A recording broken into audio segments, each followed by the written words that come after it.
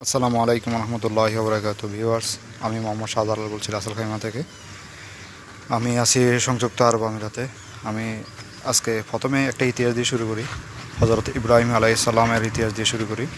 ইব্রাহিম আলাইহিস সালাম যখন আম্মাজান হাজার আলাইহিস সালাম এবং ইসমাইল আলাইহিস সালামকে মক্কার পবিত্র নগরী মক্কা মুকাররমার হাজরা আসওয়াদের পাশে রেখে তিনি যখন ফিরে আসছিলেন, তখন তিনি দোয়া করেছিলেন যে, হে আল্লাহ, আপনি আমার সন্তানকে ফল খাওয়ায়েন।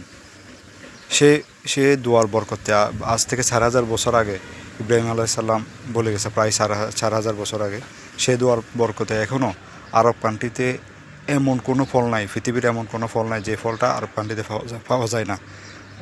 যারা মিডল ইস্টে আছেন, সৌদি আরব, কাতার, কুয়েত, সংযুক্ত আরব আমিরাত, বাহরাইন, ওমান যারা আছেন তারা সবাই বলতে পারবেন এখানে কী ধরনের ফল, পৃথিবীর যে কোনো ফল এখানে পাওয়া যায়। দেখেন, গত কিছুদিন আগে সংযুক্ত আরব আমিরাতে বৃষ্টি হয়েছিল, আপনারা সবাই জানেন। অনেক বৃষ্টি হয়েছে, তো বৃষ্টির কারণে ফলি মাটির সাথে এখানে কিছু সাম্মাম, দেখেন সাম্মাম, আপনারা যারা মিডল ইস্টে আছেন তারাই বলতে পারবেন সাম্মাম কী জিনিস।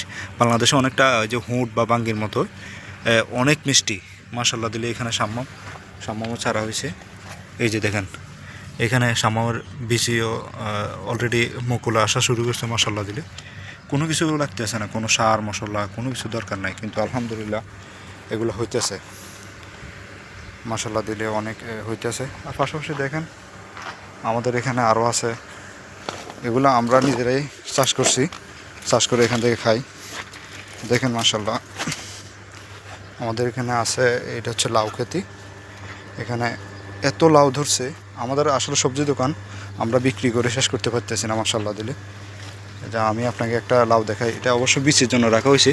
দেখেন অনেক বড় লাউ, এটা বীজের জন্য রাখা হয়েছে। এছাড়াও আরও ছোট ছোট অনেক মুকুল আসছে। গতকালকে প্রায় 20টার মতো কাটা হয়েছে, কেটে রুমে আপনার দোকানে দেওয়া হয়েছে।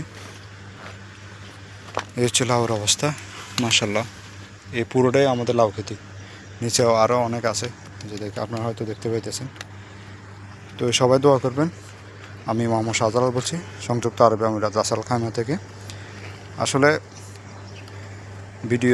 ভিডিও করার এরকম এক্সপিরিয়েন্স নাই, যার কারণে হয়তো ভাষা সুন্দরভাবে বলতে পারতেছি না।